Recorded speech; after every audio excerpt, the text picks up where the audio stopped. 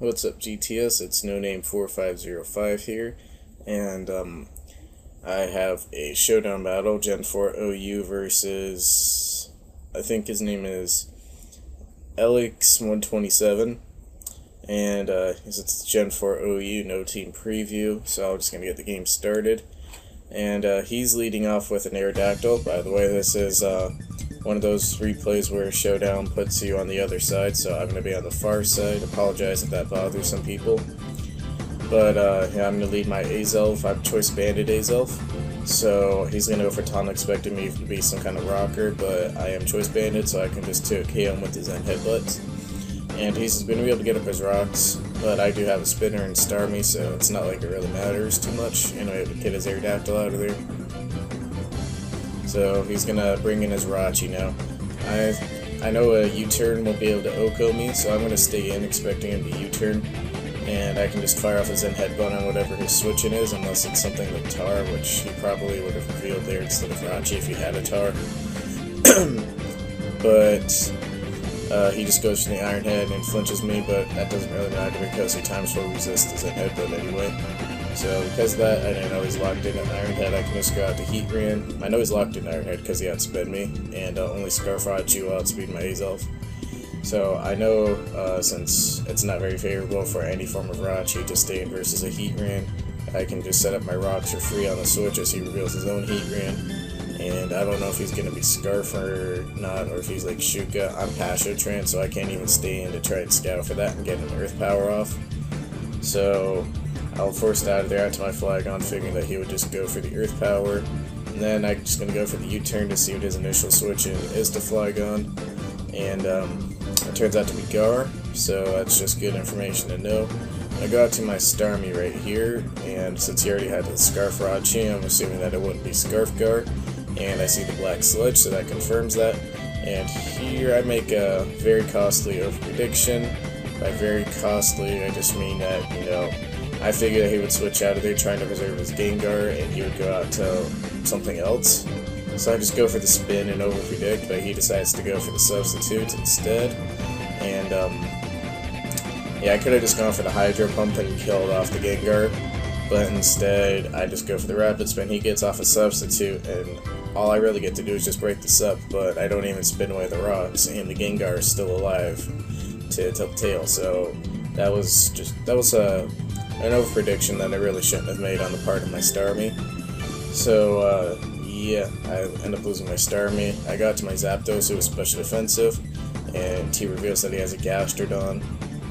And this generation of OU, if you really want to use Gastrodon as a bulky water, because I mean it does have recover, you should really use Quagsire, because Storm Drain, the way it works in this generation, it just absorbs the attack. It doesn't give you the special attack boost like it does in Generation 5.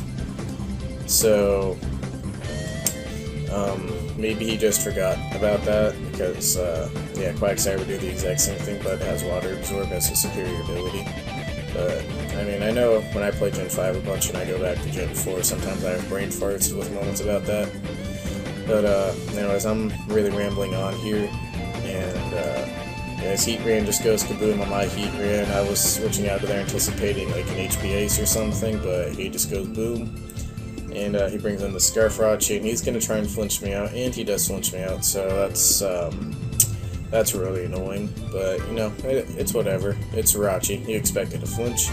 And now I'm going to bring in my Flygon. I actually have to risk this B-tie with this Rachi, which is really annoying, because otherwise it can defeat me. And because of that, I have to go straight for the Earthquake.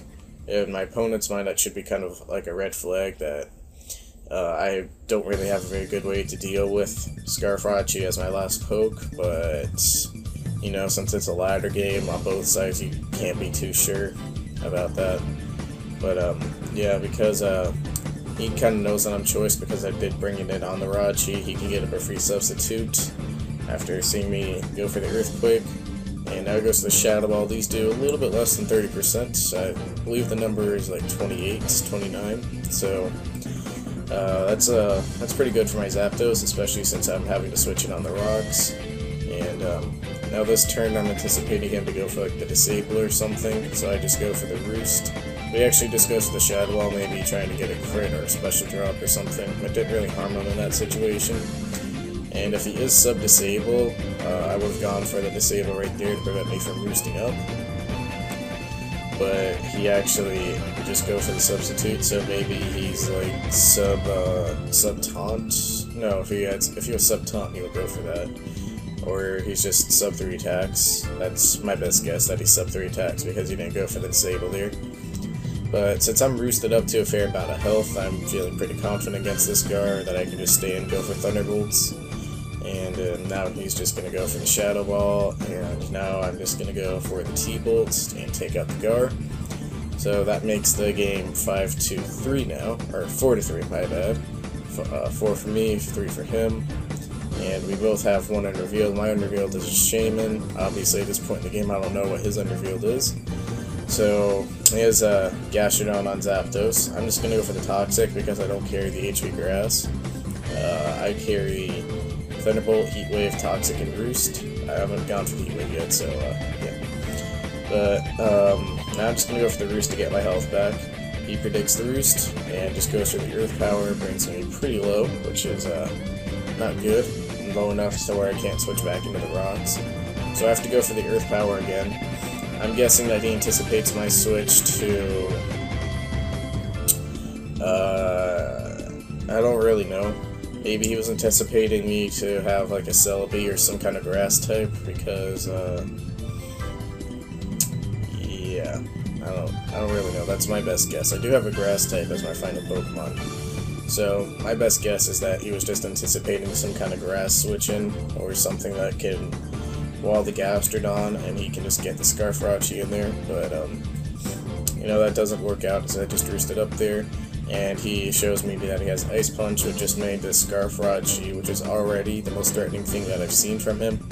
Even more threatening, because now when I fought off my Azelf, all 3 of my remaining Pokemon are heavily affected by the Ice Punch. So I just have to hope that I can win the speed tie here with Flygon, which I do. So that makes the score 3-2 now. He has his Gastrodon and 1 unrevealed, and I have my Flygon, my Zapdos, and my unrevealed Shaman. So now he's just going to bring in the Scissor, and, you know, he brings it in. It's kind of late game, so it's probably like SD, but I was like, you know what, Ladder. It's probably going to be Choice Banded. And he turns out to be SD, which is really scary. He can pretty much just sweep me at this point, especially since my 2 checks to SD Scissor, which are my Heatran and my Zapdos. He already killed off my Heatran, and my Zapdos was at low health at that point. And I just brought it into fodder it off, and he reveals the SD.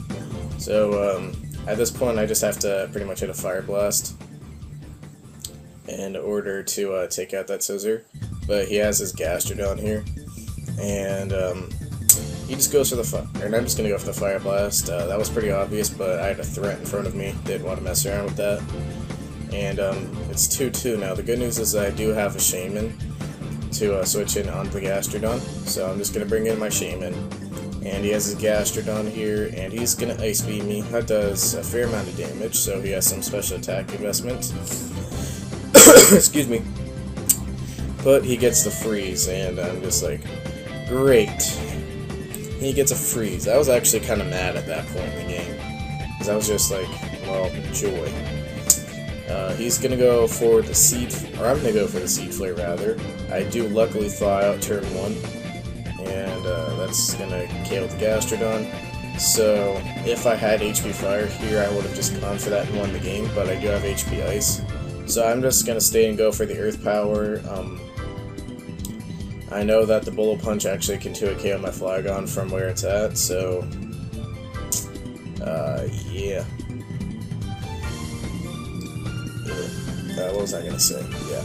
He could 2-hit KO me from where I'm at, so I can't really switch in. Assuming he has a fair amount of attack investments, but after the game he appeared to be a bulky Scissor, so that was just my poor play around that. He's able to get up 2 SDs because I don't get a crit on him.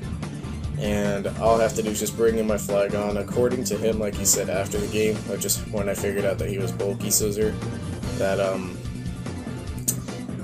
this does around 68-69% on average. So even though he gets a crit there, All he really had to do was get a very low high damage roll, because from what he said after the game, it does like 68-69%, and I was at like 70%, so that didn't really matter. That crit, he probably would have won anyway, since he had to get like a very minuscule high damage roll. That's kind of an oxymoron, but whatever. But yeah, anyways, it was still a pretty good game regardless, and I hope you all enjoyed at the GTS. If you enjoyed my content, feel free to check out my channel, and anyways, peace.